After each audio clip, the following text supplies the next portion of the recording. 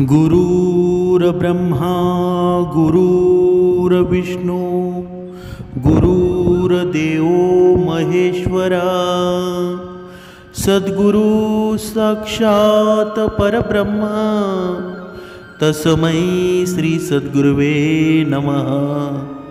जय जय रघुवीर समर्थ श्रीराम समर्थ।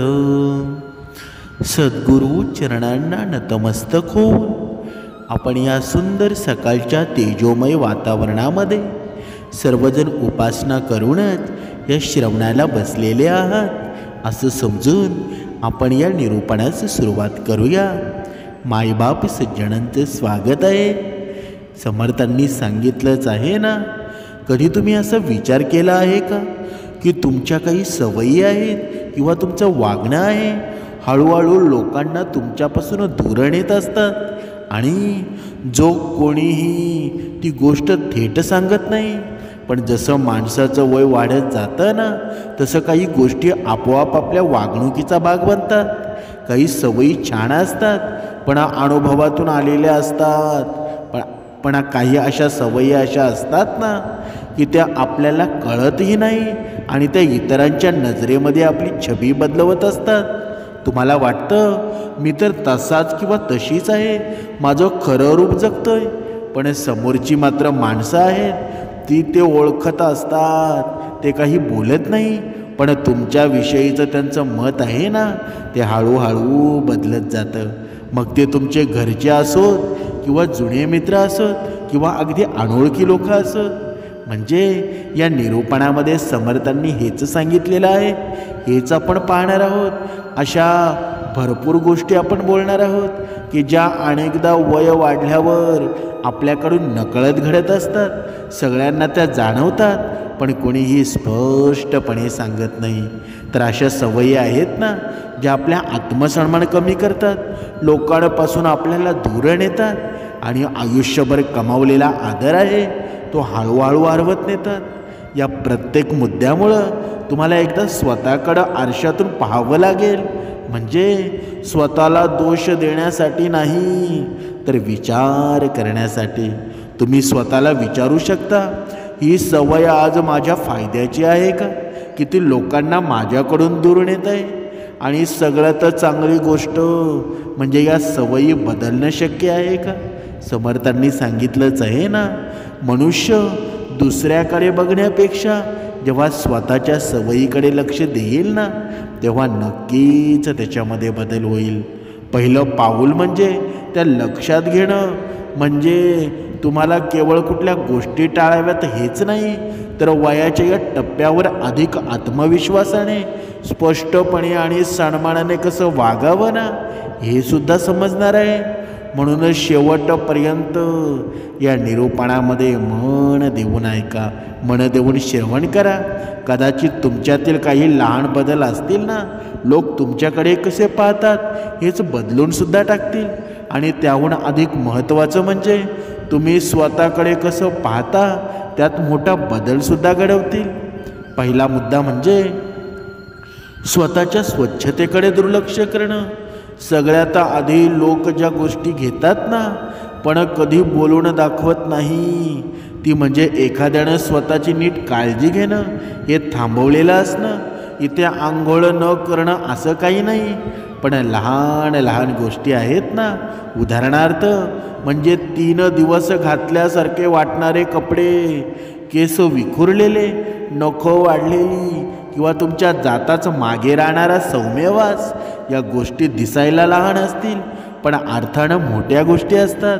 म्हणून स्वच्छता म्हणजे केवळ अंग धुणं किंवा चकाकी नाही तर आपण स्वतःकडे किती लक्ष देतो ना याचं प्रतिबिंब आहे। तरुणपणी या सवयी आहेत ना आपण सहज पाळतो, पण जसं जसं वय वाढतं ऊर्जा थोडी कमी होते, दिनक्रम बदलतो, तसं काही जणांच्या मनामध्ये येतं आता याचं काय विशेष बरं, आणि ही भावना हळूहळू दिसूसुद्धा लागते, लोकांना ती जाणवूसुद्धा लागते।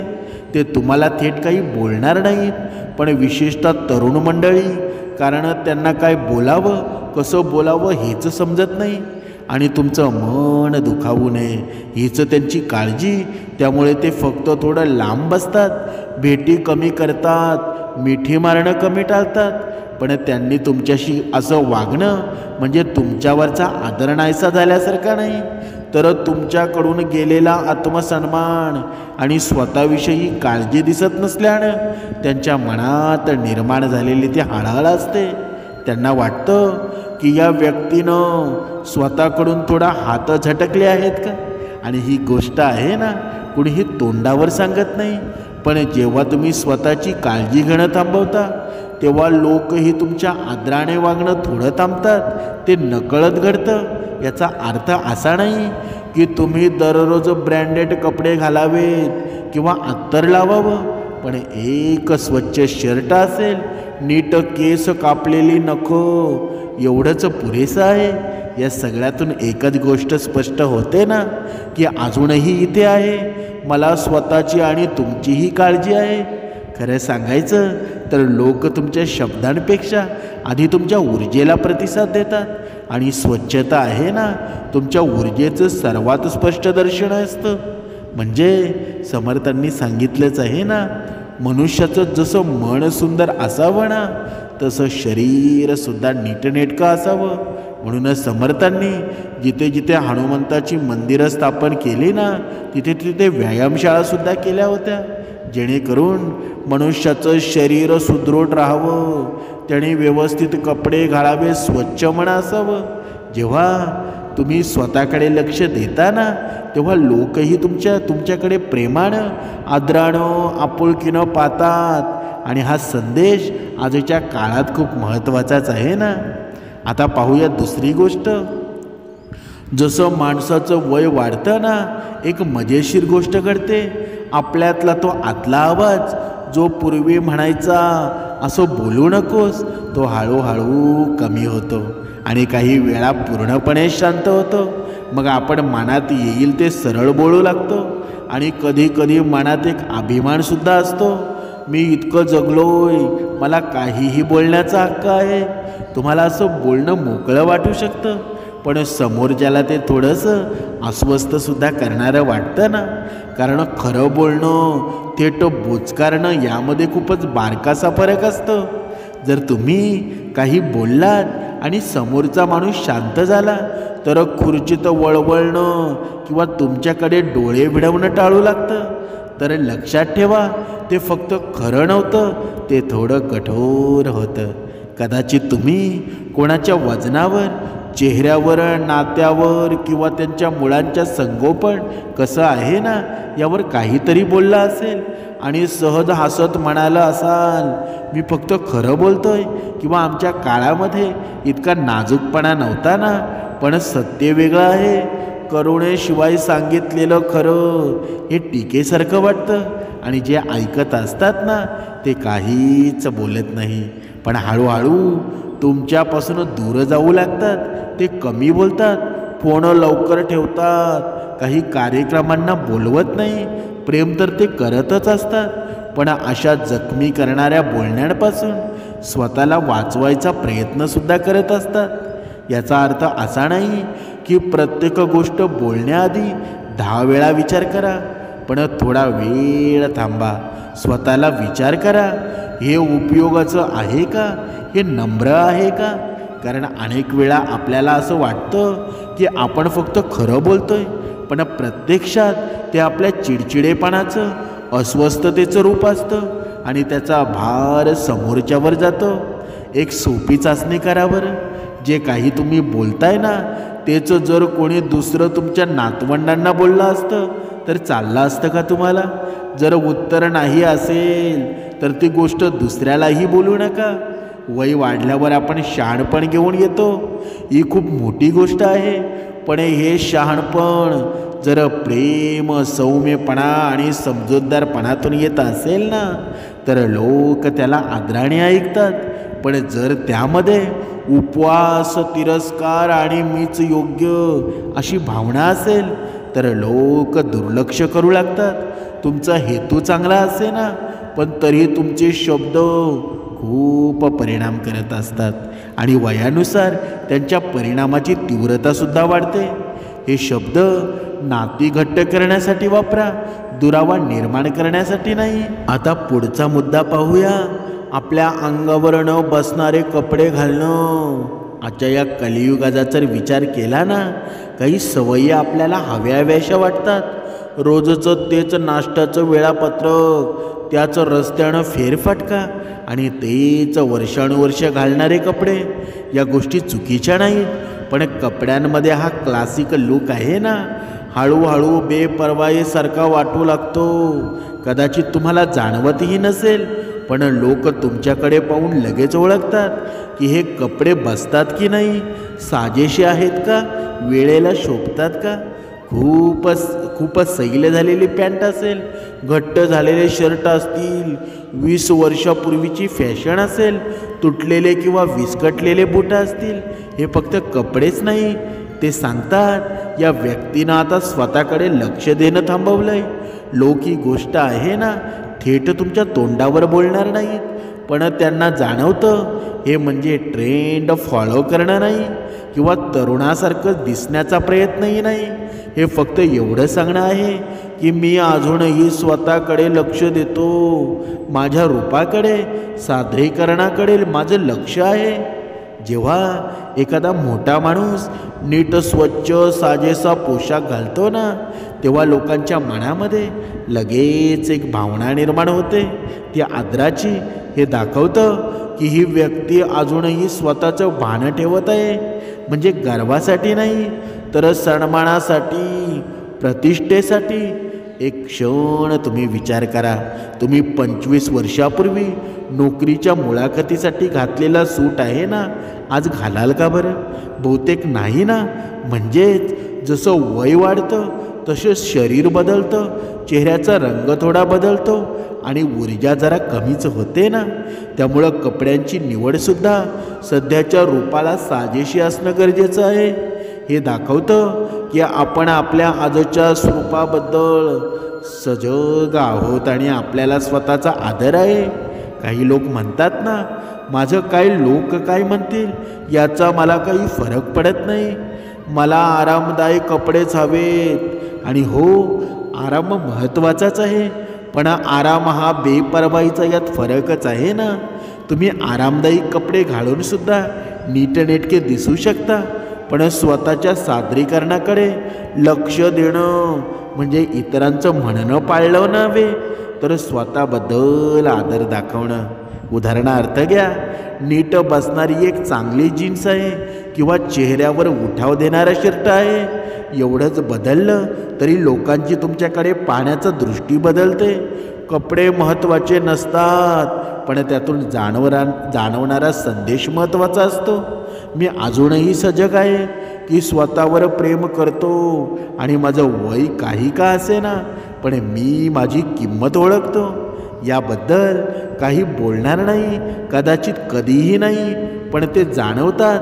हे थोडं अधिक हसतात, थोडं अधिक आदराने वागतात. कारण खरं तर आपल्या वेशभूषेवरून आहे ना, लोक आपलं मतं बनवत असतात.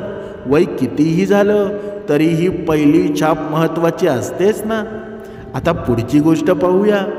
गप्पांमध्ये सतत मध्ये पडणं किंवा सगळी चर्चा स्वतःकडे वळवणं. आपल्याला सगळ्यांनाच वाटतं की लोकांनी आपल्या अनुभवाचं बोलणं ऐकावं.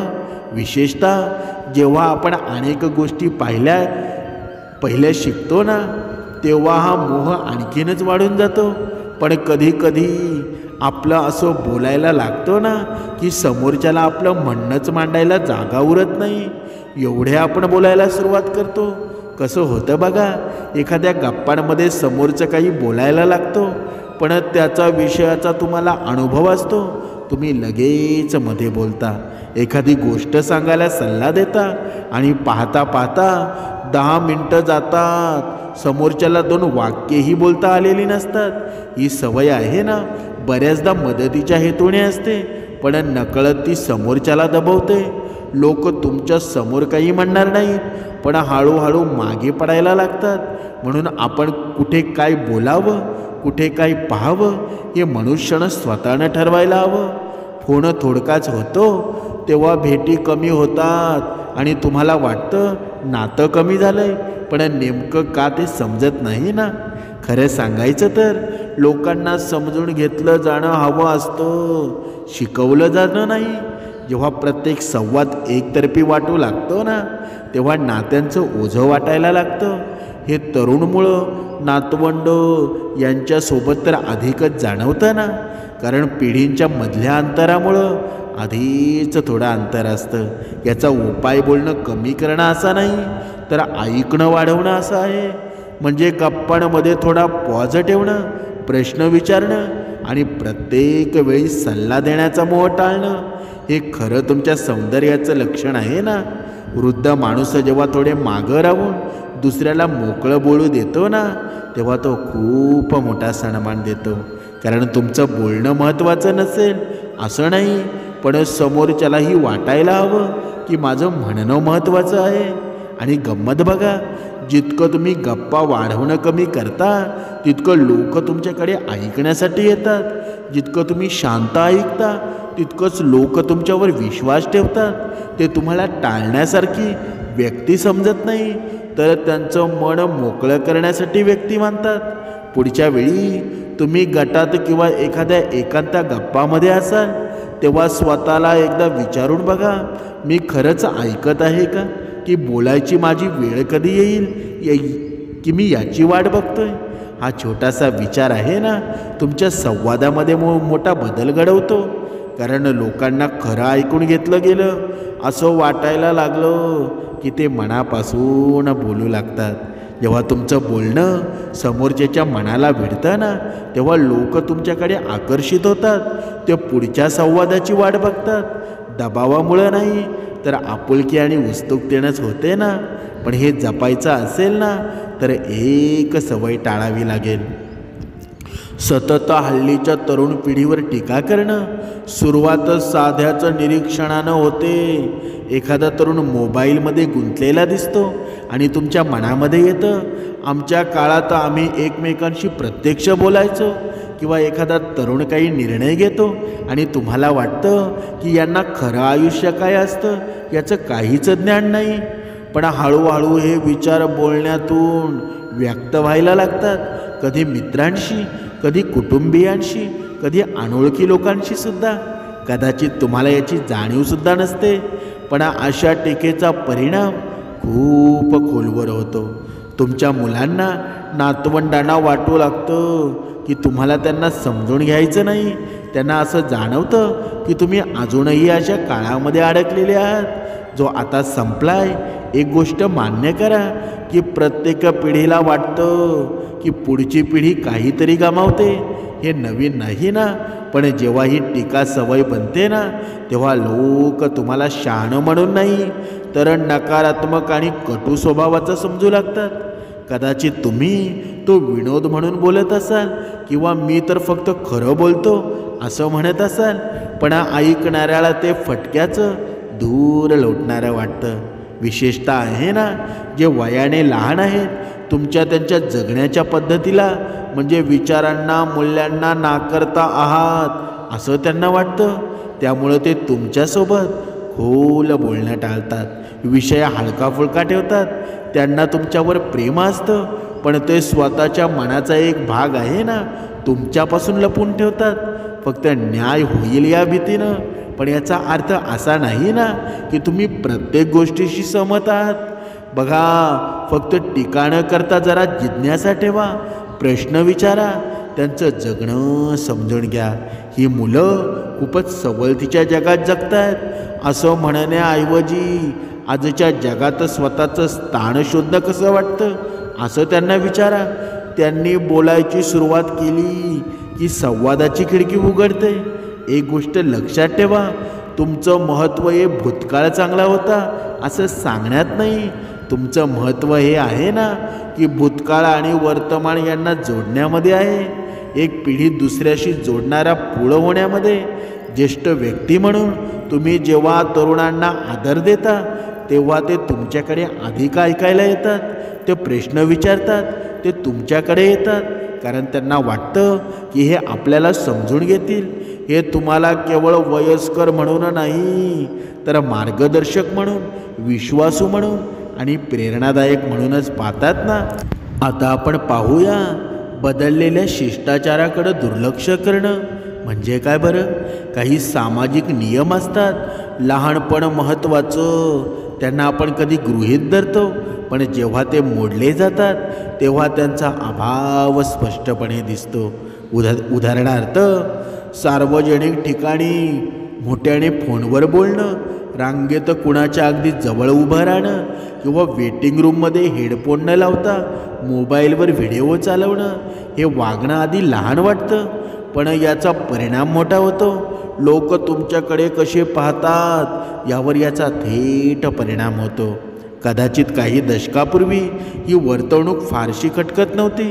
तेव्हा लोक अधिक सहनशील होते. मोठ्यानं बोलणं, थोडं अनपेक्षित वागणं हे सहज स्वीकारलं जायचं. पण आज तसं नाही. काळ बदलतो, सवयी बदलतात आणि पूर्वी निरुपद्रवी वाटणाऱ्या काही गोष्टी आहेत ना, आज लोकांना त्रासदायी वाटू लागतात.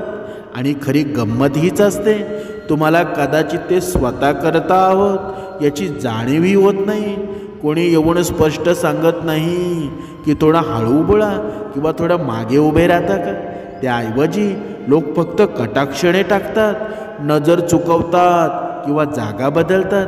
हे तुमच्यावर वैयक्तिकरित्या नाही, पण हे वास्तवच आहे ना. तो मॉल असो, स्टेशन असो किंवा कुठला कॉफी शॉप असो, अशा ठिकाणी जेव्हा आपण थोडंसं दुर्लक्ष करतो तेव्हा इतरांच्या मनामध्ये एक विचार येतो, यांना कळत नाही का, हे दुसऱ्यांना अडथळा ठरतंय. आणि हेच खरं आहे ना की लोक वृद्ध माणसांना फारशी सवलत देत नाही. त्यांना वाटतं की इतकं तरी कळायला हवं ना त्यांना. पण ते तुमचं वर्तन चुकून झालेलं मानत नाही, तर बेपर्वाई समजतात. पण ही काही आपल्यामागे राहायला हवी अशी छाप नाही ना. सुदैवाने ही सवय बदलणं फार कठीणही नाही.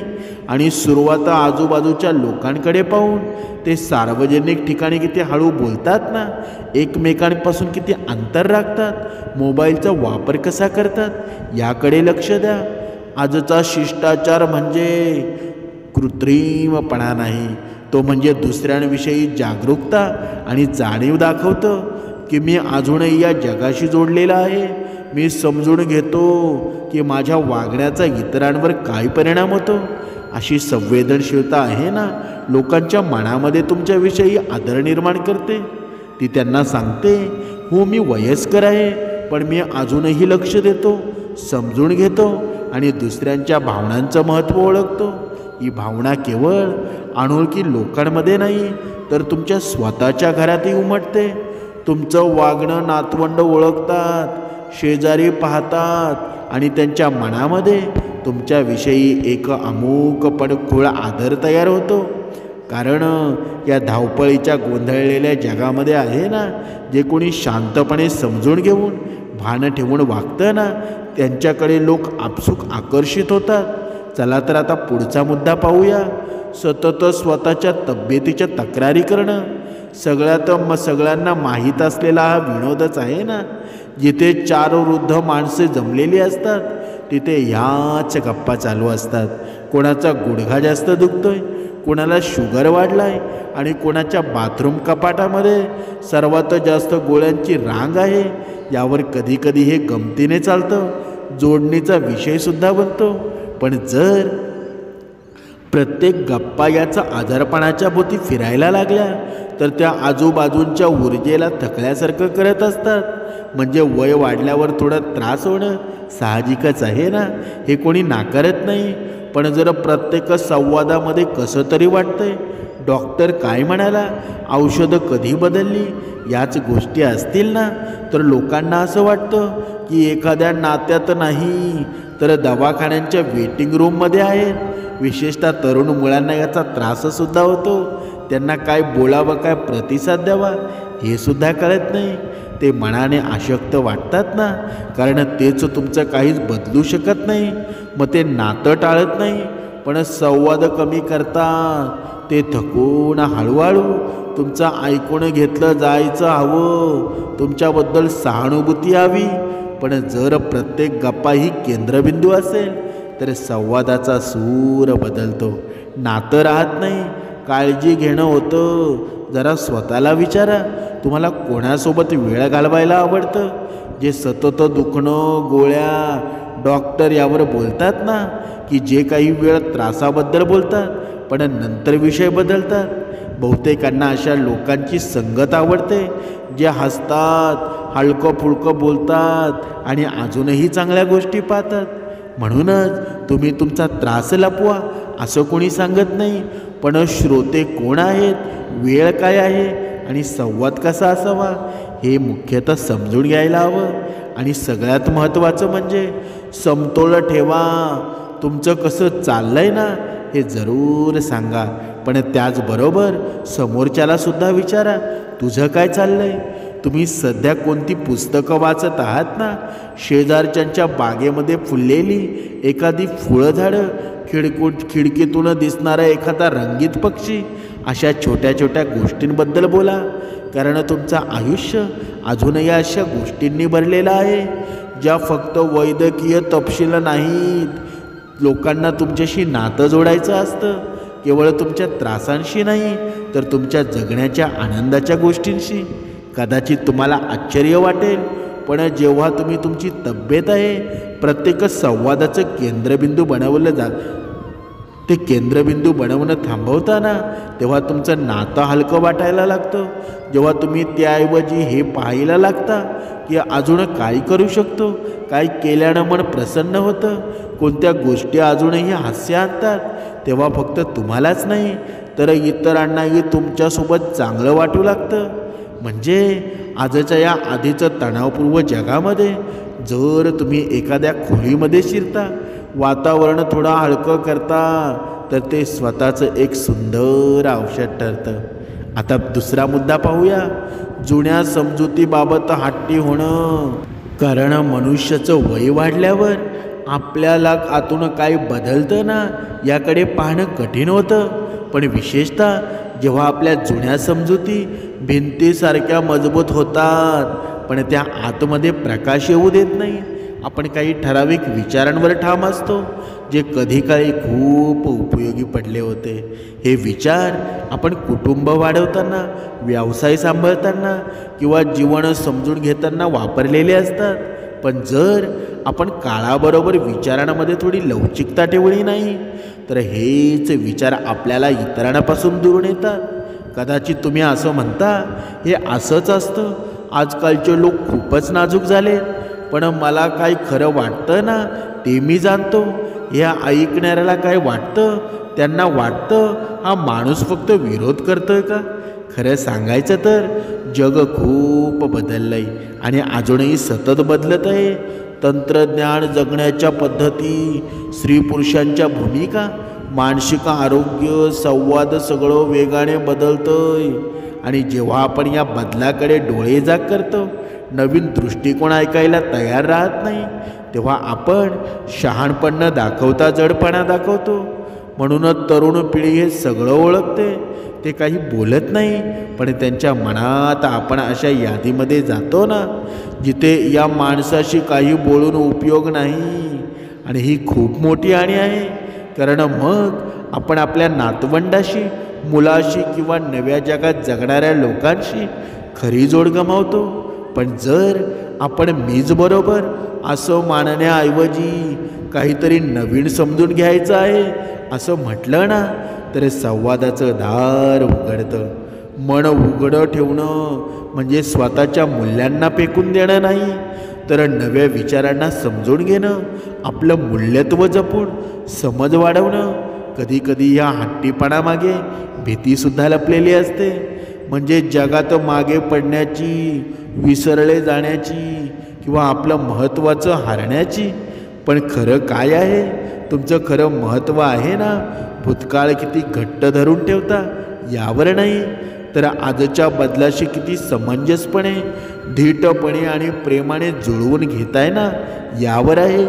जेव्हा तुम्ही म्हणता की मी असं कधी विचारच केला नव्हता किंवा हे तुझ्यासाठी काय अर्थ ठेवतं, तर मला सांगा की तेव्हा समोरच्याला तुमच्याकडे येऊन बोलावंसं वाटतं, त्यांना सुरक्षित वाटतं. आणि कधीकधी तुम्हालाही नवीन विचार पडतो. कधीकधी तरुण व्यक्ती बरोबर निघते. अशा प्रकारे जसा विचारही केला नसेल, हिचं नम्रता, हिचं तयारी, यामुळं लोक तुमचं खरं कौतुक करतात ना. कारण तुम्ही मला सगळं माहीत आहे असं दाखवत नाही, तर मी अजूनही शिकतोय असं मनापासून मान्य करताना. आणि हेच फार दुर्मिळ असतं. म्हणूनच समर्थांनी सांगितलंच आहे ना, जेव्हा मनुष्याचं वय होतं ना, तेव्हा वयोवृद्ध माणसांनी सुद्धा एक गोष्ट लक्षात ठेवा, आपल्याला समजून घेणारं कोणी येणार नाही. आपली काळजी आपल्यालाच घ्यायची आहे. आपली किंमत कशी वाढवायची ना, हे आपण स्वतः बघायचं आहे. आपण कसे आहोत ना, किती सुंदर दिसू. कारण तुमच्या अशा मनामध्ये गोष्टी निर्माण झालेल्या असतील की माझं वय वाढलं म्हणजे माझं आयुष्य जगणं थांबणं. पण हे कधीच शक्य नाही. तुम्ही जसे वागत होता ना, त्या पद्धतीने तुम्ही वागू शकता. कारण जोपर्यंत तुमच्या जीवनामध्ये तुम्ही जर विचार करत नसाल, तर तुमच्या जीवनामध्ये आनंदसुद्धा निर्माण होणार नाही. जर तुम्हाला हौस नसेल, तर तुमचं जगणंसुद्धा दुःखदायक होईल. म्हणून तुम्हाला मेन हौस असायला हवी. आणि ती हौस कसली असायला हवी बरं? ती भक्तिमार्गाची असायला हवी. जेव्हा तुम्ही वृद्ध होत जाता ना, तेव्हा मनुष्याचं मन भक्तिमार्गामध्ये लागायला हवं. आणि जेव्हा तुमच्या जीवनामध्ये रोज उपासना होईल ना, सद्गुरूंचं श्रवण होईल, तेव्हा तुमच्या जीवनामध्ये आदरसुद्धा तुम्हाला मिळेल. आणि हा आदर आहे ना, मागून मिळवला जात नाही, तर आपल्या कृतीनं, आपल्या कर्मानं मिळवता येतो. आणि समर्थांनी आजपर्यंत तुम्हाला जो आदर दिलेला आहे ना, आजपर्यंत तुम्हाला माणसातला देव बनवलेला आहे, हे पूर्ण पुण्य आहे ना, ते आपले पूर्वजांचे आहे. हे पूर्ण पुण्य आहे ते पूर्वजांचे. का बरं? कारण त्या पुण्याईनं आपण या भक्तिमार्गामध्ये आलो आणि आपलं जगणंसुद्धा अतिशय सुंदर झालं. म्हणून जगामध्ये माणसामध्ये तुम्हाला श्रेष्ठत्व निर्माण करायचं असेल ना, तर आपण आपल्या काही सवयी बदला. जोपर्यंत तुम्ही सवयी बदलत नाहीत ना, तोपर्यंत दुसरा कोणी समजून सुद्धा घेणार नाही. जय जय रघुवीर समर्थ.